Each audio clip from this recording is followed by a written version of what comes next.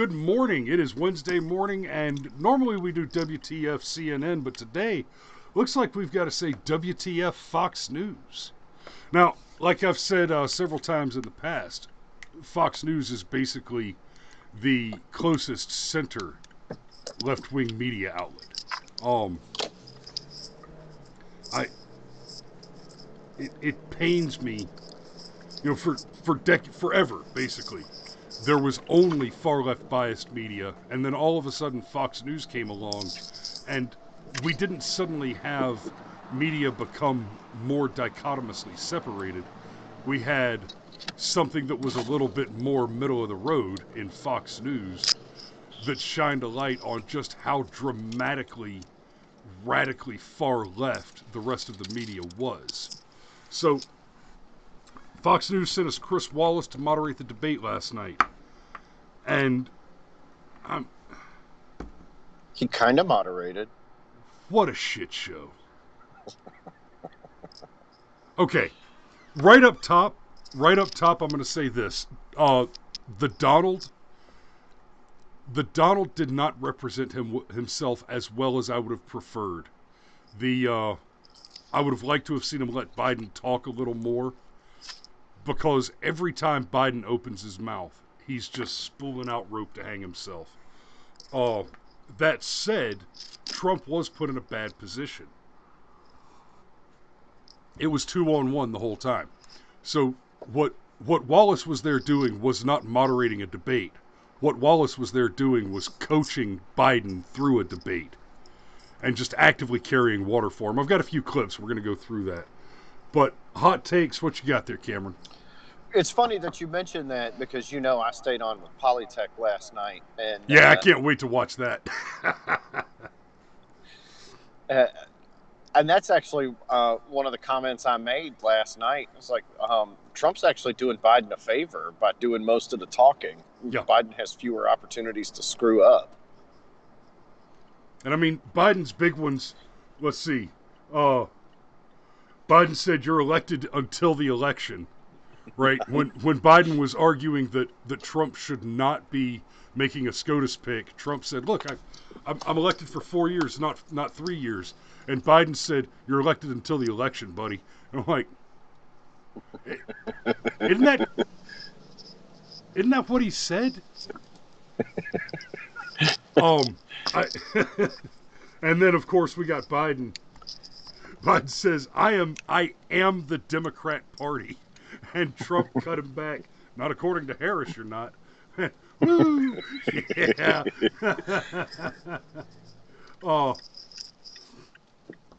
Then you're not going to be able to shut him up. Joe said, you're right. You shouldn't be able to shut the president up. So, and I think one of Trump's best moments was, hey, I got a lot of time even after the election. I know, now, right? Let's be real. Let's be real. Even without considering that to be a reference to the probable 4 more years that Trump should enjoy after this election, assuming Ilhan Omar's obvious voter scam scheme is unsuccessful, doesn't get Biden elected. The fact of the matter is that after the day of the election, after November 3rd, Trump still got nearly 3 months in that office before the inauguration and transfer of power, assuming Biden were to win. Now, Trump did engage with his characteristic repetition, but the entire debate basically went like this. Mr. President, here's a question about the state of the country. And then the president would answer, okay, yeah, no problem. Here's a bunch of numbers. Here's the facts of the matter. Before COVID-19 ruined everything, we had the best economy. We had record low unemployment. We had record wage growth. All the numbers were good. Everything was good. We were doing way better than the Obama administration before us. It's the most successful presidency in U.S. history. And then Mr. Biden, same question. Well, Black Lives Matter. Sucks. Yeah, Black Lives Matter. Donald Trump sucks. And Black Lives Matter and Donald Trump sucks. That's all he had. Joe would not answer a question. He can't answer a question because the answers are not what people are going to vote for. I thought it was cute, but a little overdone. Trump, Biden would make a statement, and then Trump would say, "Oh, there you go. You just lost the radical left." And he's not wrong. He's not wrong. Now, there are some things that Biden said last night that, like he said, I don't want full government control health care. That lost him votes, but it did not gain Trump votes. Likewise with the refusal to defund the police, that lost Biden votes. It did not gain Trump votes. Right. Cameron, can you shift you're already driving, aren't you? Yes. All right, we got to get you a mount, man. So this is on a mount. Is it really? Yeah. So my dashboard's nothing but curves. That was help. Okay, we're back. Yay! Okay, sorry about that. We lost the stream connection for just a minute, but let's get into the clips now. So we're going to start with Biden on SCOTUS and shifting to healthcare. This was characteristic of Biden all night. First of all, thank you for doing this. Before this, Mr. President, the American people have a right to have a say in who the Supreme Court. And that say occurs when they vote for United States senators and when they vote for the President of the United States. And we did. They're not going to get that chance now because we're in the middle of an election already. The election has already started. Tens of thousands of people have already voted. And so the thing that should happen is we should wait. We should wait and see what the outcome of this election is. Because that's the only way the American people get to express their view is by who they elect as president and who they elect as vice president. Now, what's at stake here is the president's made it clear he wants to get rid of the Affordable Care Act. He's been running on that, he ran on that, and he's been governing on that. He's in the Supreme Court right now trying to get rid of the Affordable Care Act, which will strip 20 million people from having insurance, health insurance now, if it goes into court. And the justice, and I have nothing, I'm not opposed to the justice, she seems like a very fine person. But she's written before she went on the bench, which is her... I don't hate her, but... Right, that she thinks that the Affordable Care Act is not constitutional. Okay, that right there. She's written that she thinks that the Affordable Care Act is not constitutional. Let's be very clear on this. It is not constitutional. The fact of the matter is that when the Affordable Care Act was challenged in the Supreme Court, Roberts and the left side of the court had to coach Obama's lawyers through arguing the constitutionality of it and coach them on when to say that the individual mandate is a tax and when to say it's a penalty, and had to walk them around to get it to where they could pretend like this was constitutionally tolerable. So it's not a question. We know that the Affordable Care Act is unconstitutional, and especially with the individual mandate included, this is actually similar to the idea of a mask mandate.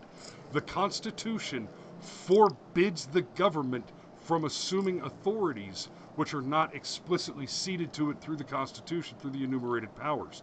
And none of the authorities ceded to the government through the Constitution, through the enumerated powers, include the authority to order citizens to take specific affirmative actions.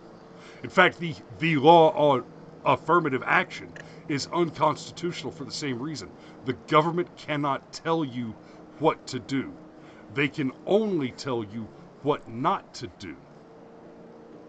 They can tell you don't murder people. They can tell you basically don't do things that violate the rights of people as enumerated in the Constitution.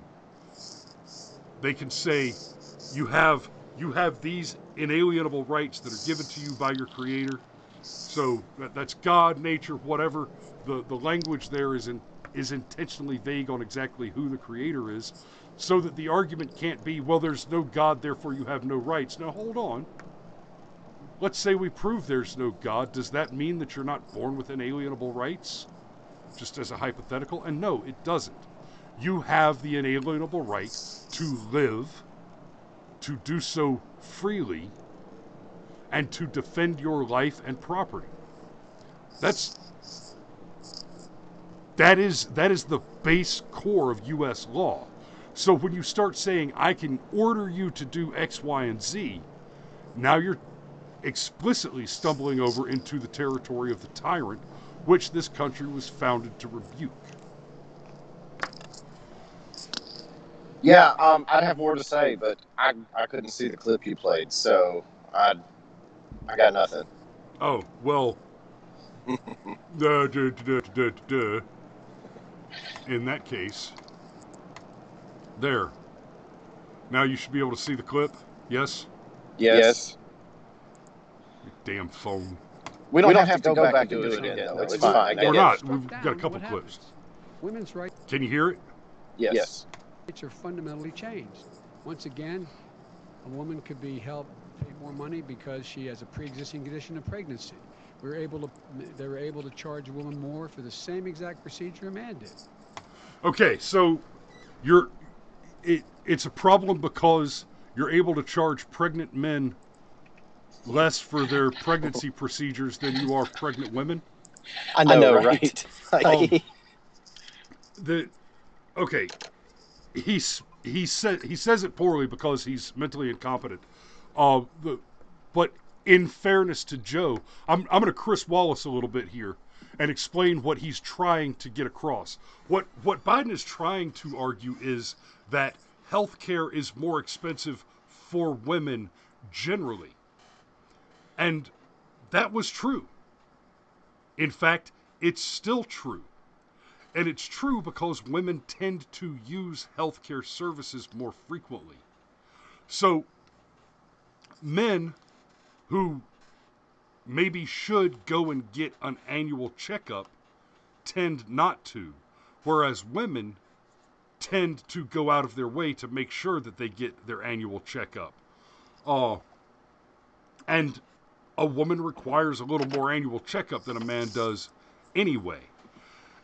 Now, that said, it's also true that there's a dramatic disparity between charitable organizations working for women, raising money for breast cancer awareness and breast cancer research and treatment. There's a lot more money going into that than there is into helping men with prostate cancer and their male health care specific problems.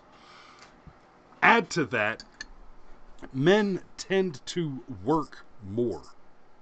Right? And more dangerous jobs. And more dangerous jobs. And, buddy, we don't call out when we're sick. Right? Well, we don't. Once you go below 30 years old. Yeah. I mean, shoo, buddy. We went on a raid in Afghanistan one time where I am not exaggerating. 30% of the soldiers on the raid were so sick with the Afghani crud that I am not exaggerating. 30% of the grown-ass men conducting that raid that day shat themselves in combat. And this wasn't I'm so scared. This was oh no, I've eaten the local fare. But guess what, buddy?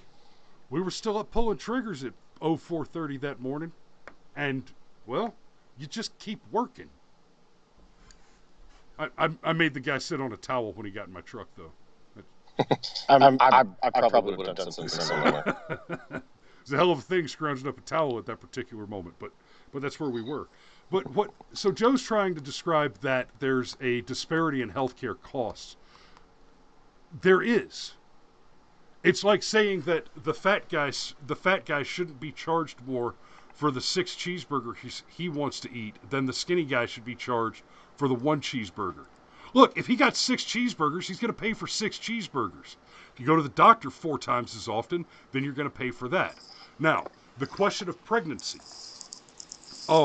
He's talking about pregnancy as a pre-existing condition. And if y'all watched the town hall, y'all saw the woman get up and talk about how she had sarcoidosis, which I actually doubt, because she was saying that she had sarcoidosis for her entire life, and she mispronounced it. That struck me as deeply suspicious. Then she went on and on about, I've achieved X, Y, and Z, but I could never get health care before because of my pre-existing condition. That was a lie. That's a false statement. That was never true. Now, your health care was probably more expensive, and you probably had more limitations on which healthcare programs you could enter. But even previously, when the pre-existing condition was a factor in what healthcare you could get, the statement that you could not get healthcare is a bald-faced lie. I was a licensed insurance agent for... Technically, I'm still a licensed insurance agent. My license is just on hiatus, but...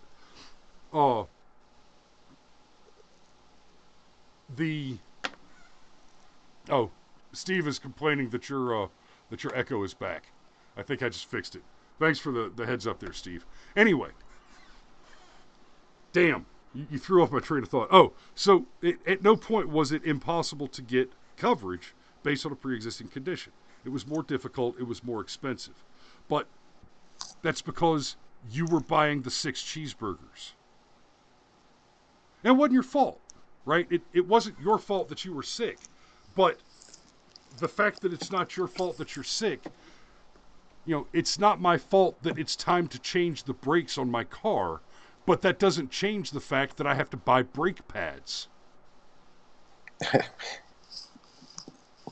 Yeah, and this is something that you and I both know from the health insurance industry, generally speaking, that health insurance for men is cheaper because they use it less often, but life insurance for women is cheaper because they're more likely to go to the doctor. It is what it is. Yep. And car insurance for men and women is different because women tend to get in more accidents by a huge margin, but men tend to get in worse accidents.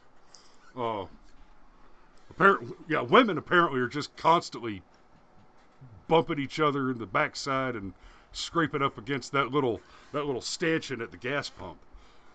Men, however, are wrapping their shit around trees.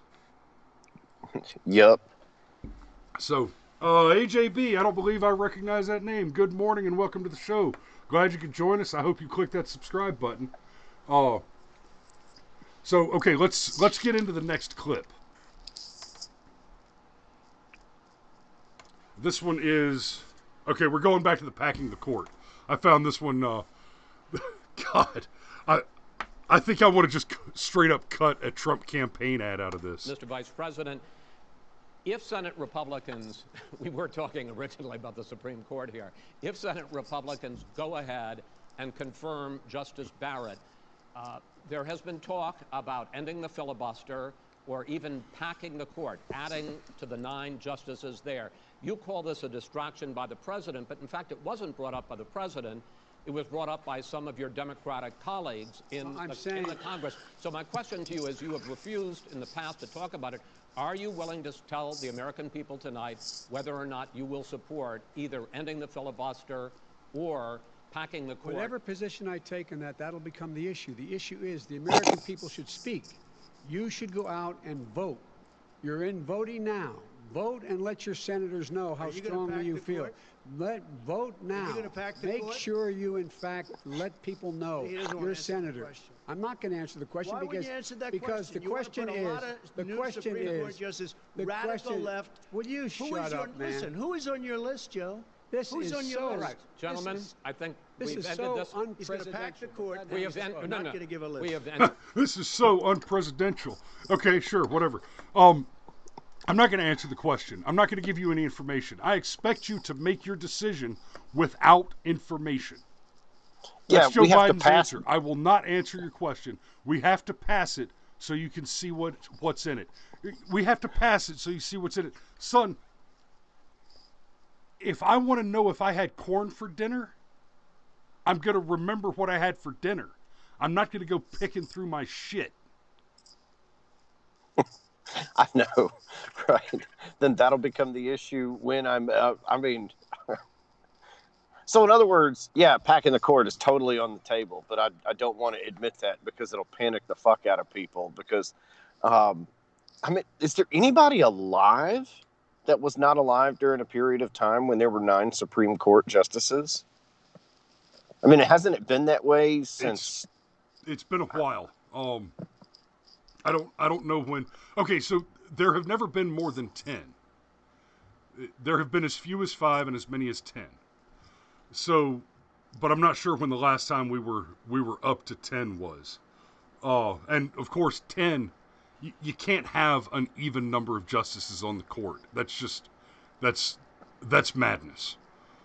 You need it to be an untieable court. Somebody has to be a tiebreaker. So that actually raises a question. If let's say you've got an even number of justices on the court, what happens when they come to an impasse? Does the vice president come in and serve as the tiebreaker as he would with the Senate? Actually, we learned this lesson when Scalia passed, and for a brief period of time, they heard things as an 8-person court.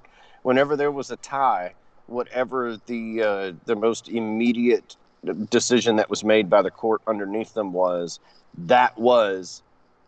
the Supreme Court's ruling. It would concur with whatever court came before it. Ada mentioned, and I'm sorry I didn't pull up this clip. I'm gonna have to find it, use it for something later though. Ada Cox says, I lost it when Biden went from second to third without naming the second, and Trump paused Yes. in mid-sentence and called him out. You're on the second thing, Joe. And yeah, that got me. That that did me pretty good right there. Yep. So yeah, so he just straight up won't answer the question. Now let's move on to the next clip. These 2 clips are right back to back and related. So, here we go. The joint recommendation that came from the Biden-Bernie Sanders task force, you talked about, quote, reimagining policing. Yeah. First of all, what does reimagining policing mean, and do you support? It means... let me, if I might finish the question. What does reimagining policing mean, and do you support the Black Lives Matter call for community control of policing? Look. Okay, so Wallace is struggling right there to give Joe a softball without mentioning defunding the police, because the BLM call is not to restructure the police. The BLM call is to abolish all police. Right? You might have a few peaceful rioters here or there that are saying, no, we don't want to completely defund. But AOC said, no, defund means defund. And the official platform of Black Lives Matter on their website is now, and has been since its inception, abolish all police. That's their official position. Right? So right here you see Wallace just lobs Joe a softball and goes out of his way to ask the question without using the word defund. He's actively protecting, and Mario said he's firewalling. Yeah, and conducting active triage. What I support is the police having the opportunity to deal with the problems they face. And I'm totally opposed to defunding the police officers.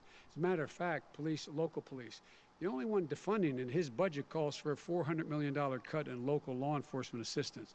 They need more assistance. They need, when they show up for a 9/11 call, to have someone with them as a psychologist or psychiatrist to keep them from having to use force and be able to talk people down. Yes, that's exactly what we need. We need to take people with academic training and send them into firefights. That's what you need, Joe. You need to take a bunch of academic nerds and send them in to deal with your Jacob Blakes.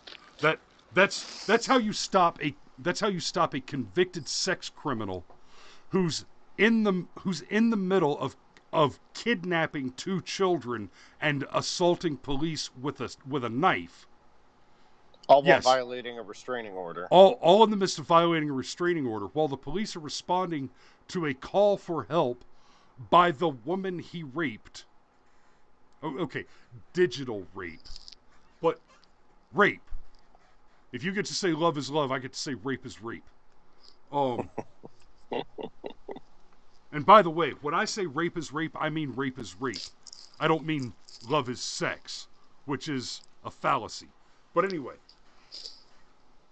you're talking about a man who has multiple violent convictions and is actively victimizing the woman who has the restraining order against him because of a previous conviction for a digital rape committed in front of her children.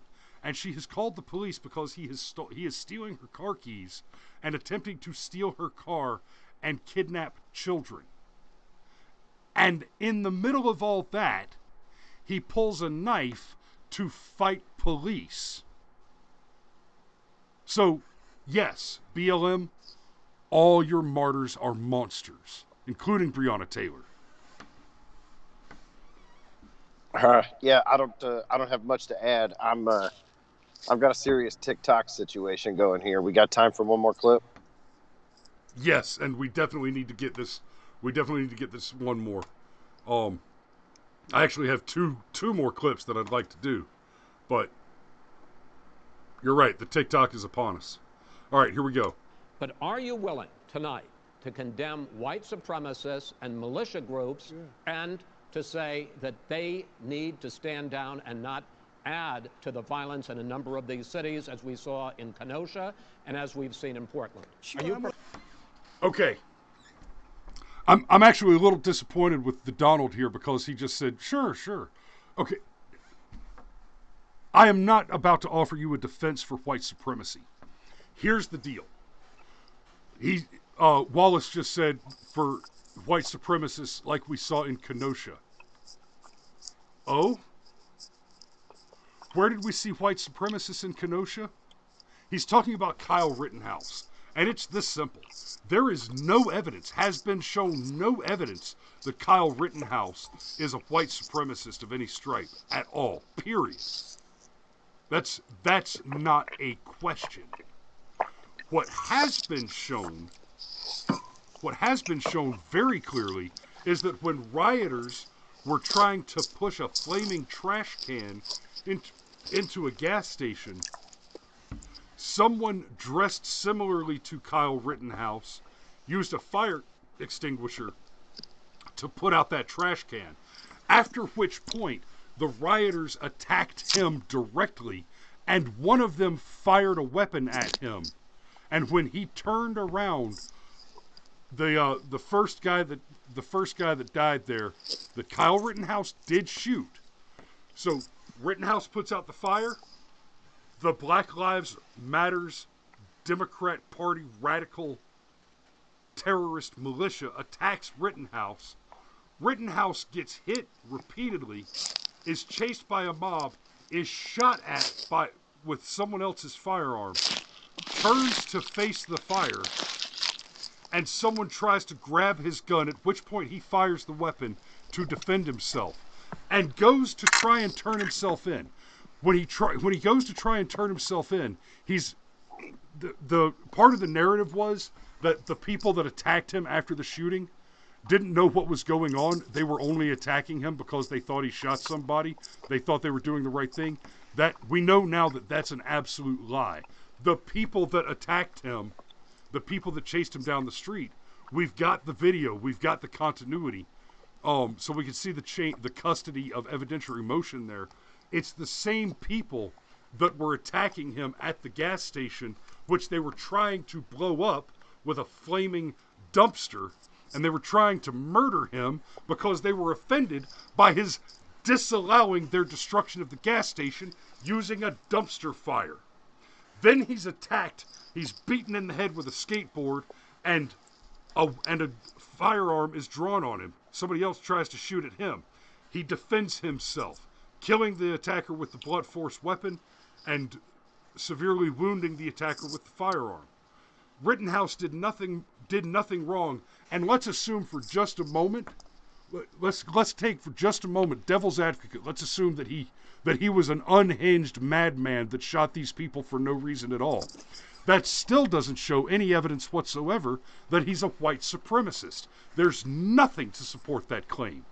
That claim is based solely on his having been a supporter of Back the Blue campaigns.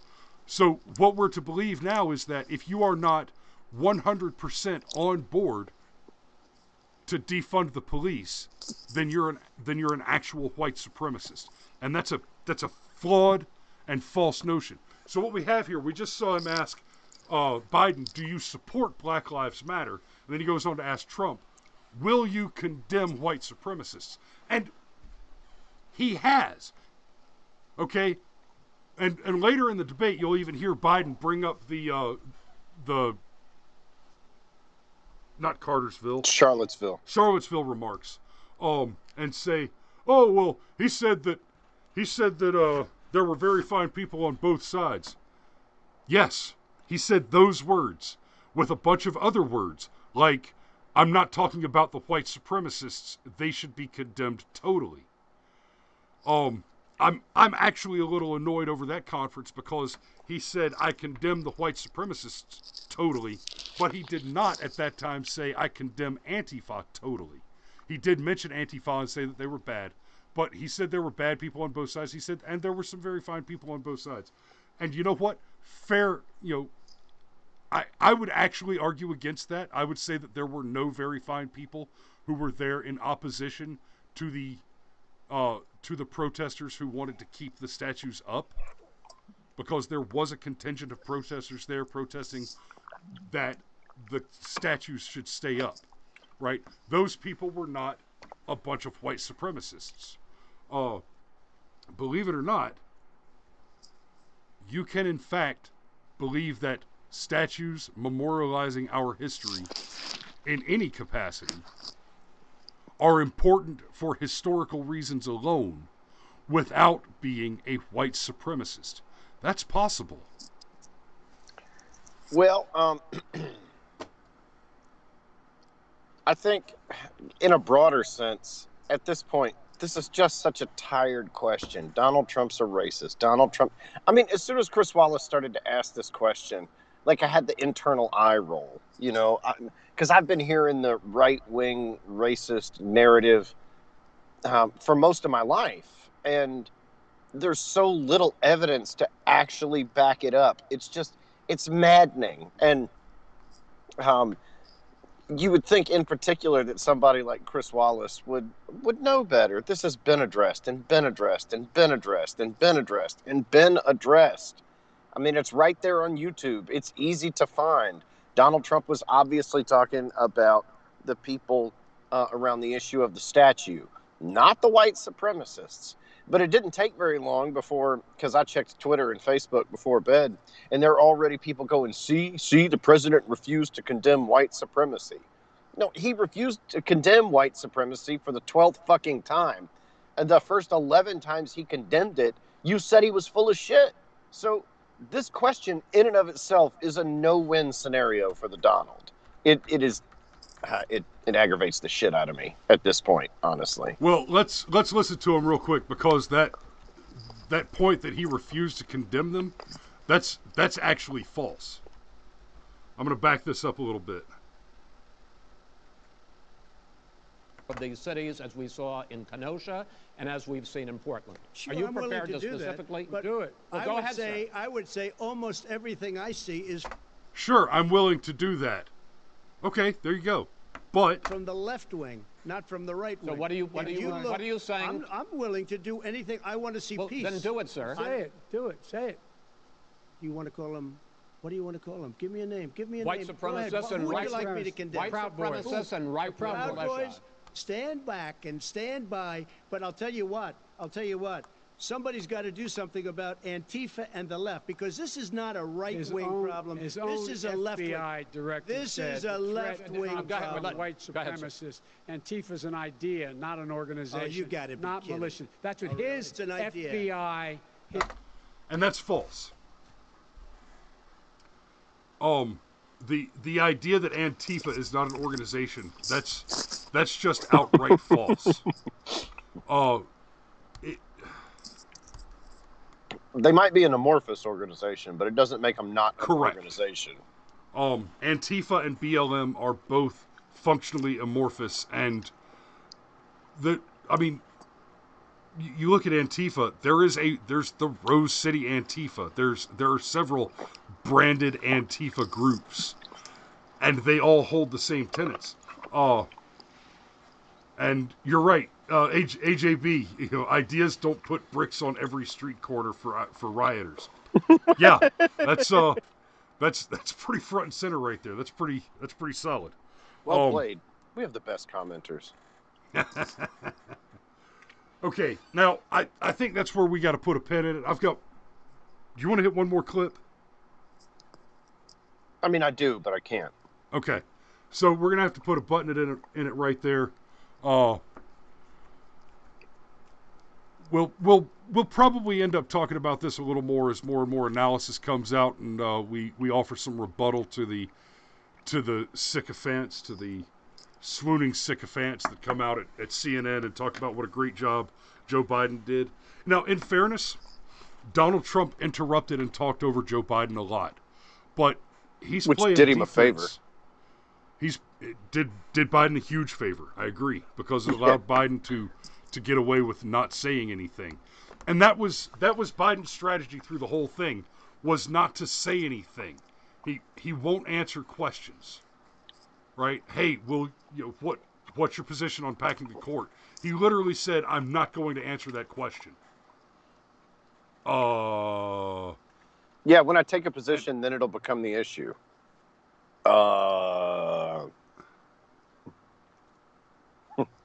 Anyhow, brother, I have to go make the donuts. All right, brother, you be safe out there. Y'all be safe out there. Thanks for watching, and we'll see you tomorrow morning. Wait, not that.